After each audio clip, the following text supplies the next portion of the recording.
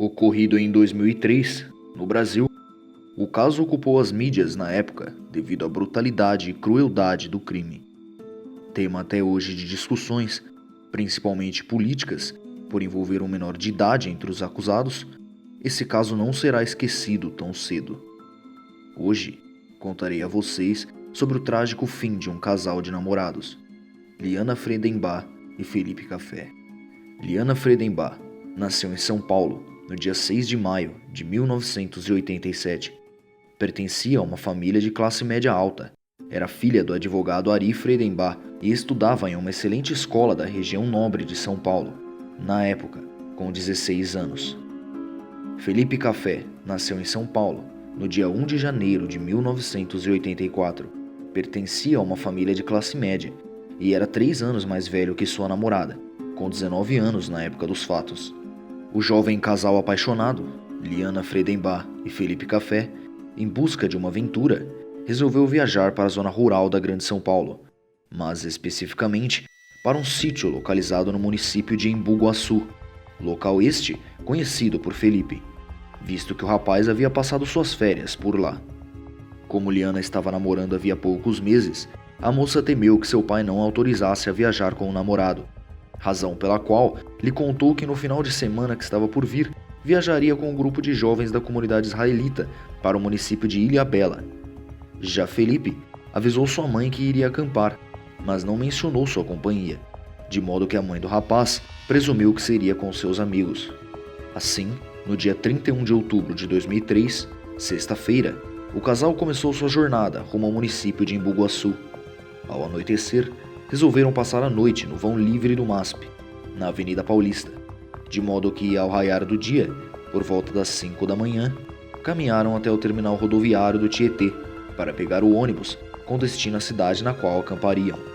Às 9 horas, chegaram em Embu Guaçu, mas como o sítio que tinham em mente era mais afastado, pegaram outro ônibus, rumo a Santa Rita, e ainda andaram por aproximadamente 4 quilômetros até acharem o local propício para acampar.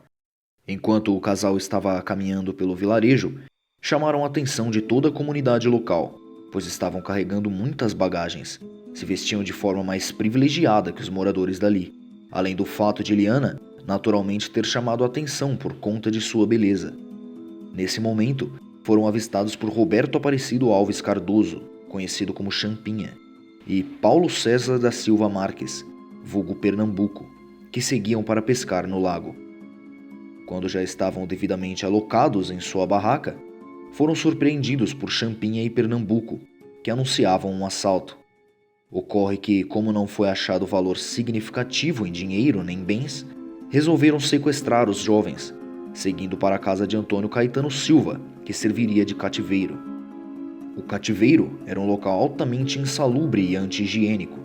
A dupla criminosa separou o casal durante o cárcere privado, vez que ficaram em cômodos diferentes da residência.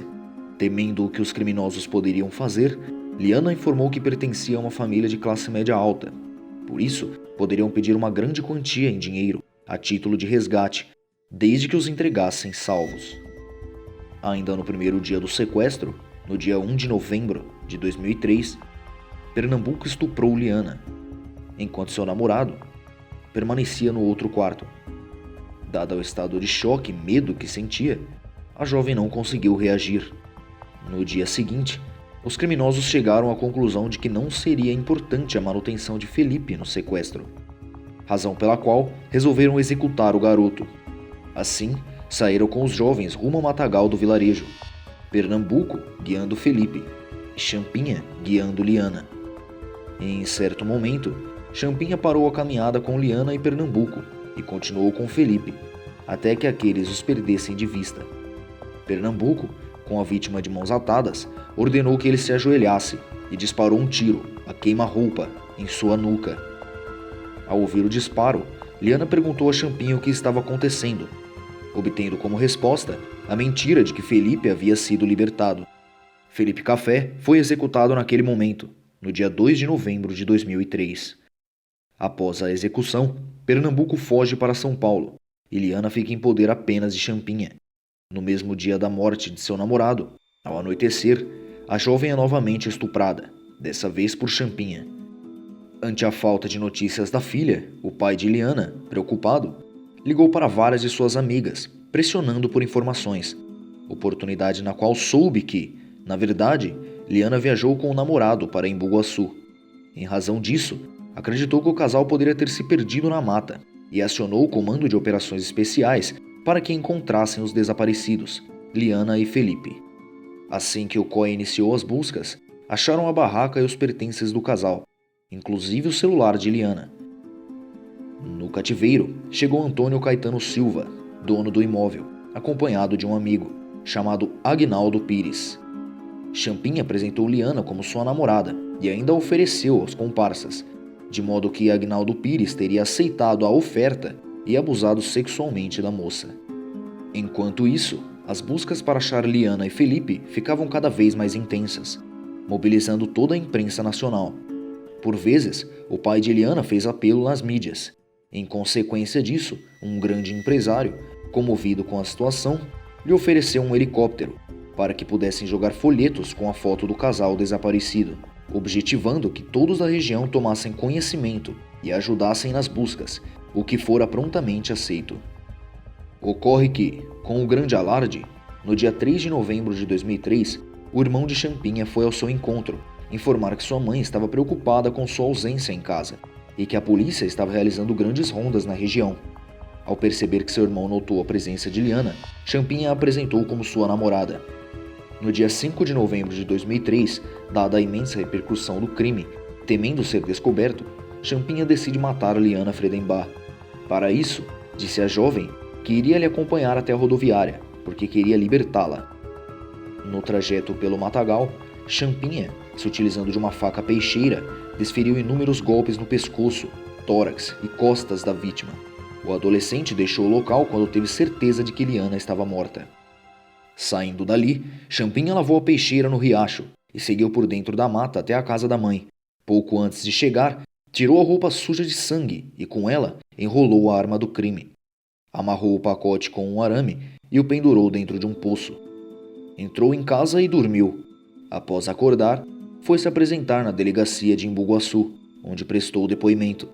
Satisfeita com as explicações, a polícia o liberou. Ele foi para a casa da tia, em Itapecerica da Serra. Dias depois, a polícia chegou a Antônio Caetano, que acusou Champinha. Este foi localizado na casa da tia e conduzido à delegacia para um novo interrogatório. Confessou, então, o assassinato e levou os policiais aos cadáveres. Os corpos de Liana Fredenbach e de Felipe Café só foram encontrados pela polícia no dia 10 de novembro de 2003. No dia 14 de novembro de 2003, Pernambuco, Antônio Caetano, Antônio Matias e Agnaldo Pires foram presos. Champinha, por contar com 16 anos, foi apreendido e encaminhado ao local destinado a jovens infratores. O Brasil se chocava com a brutalidade do crime e a forma branda que Champinha poderia ser punido, haja vista que, nos termos do Estatuto da Criança e do Adolescente, o máximo que poderia acontecer seria ficar internado por 3 anos. Será que a sociedade se contentaria com essa punição? Foi a partir de então que as discussões acerca da redução da maioridade penal se intensificaram. Em 2006, 3 dos envolvidos foram julgados pelo Tribunal do Júri e condenados. Antônio Matias foi condenado a 6 anos de reclusão e 1 ano, 9 meses e 15 dias de detenção pelos crimes de cárcere privado, favorecimento pessoal e por ter ocultado a arma do crime. Agnaldo Pires foi condenado a 47 anos e 3 meses de reclusão pelo estupro de Liana Fredenbach. Antônio Caetano foi condenado a 124 anos de reclusão pelos vários estupros que cometeu contra Liana. Em novembro de 2007, Pernambuco foi levado a júri e condenado a 110 anos e 18 dias de reclusão por ter cometido homicídio qualificado, estupro e cárcere privado. Champinha, por se tratar de inimputável pela menoridade na época dos fatos, foi direcionado a julgamento pela Vara da Infância e Juventude, e não ao Tribunal do Júri. Fora aplicada a medida socioeducativa de 3 anos de internação, tempo máximo admitido pelo Estatuto da Criança e do Adolescente.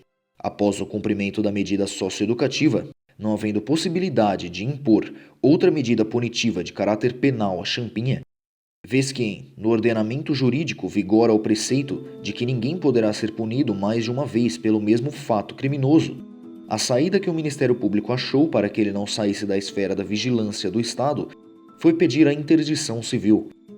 O pedido foi aceito, pois vinha acompanhado de laudo médico constatando a inaptidão de Champinha ao convívio social.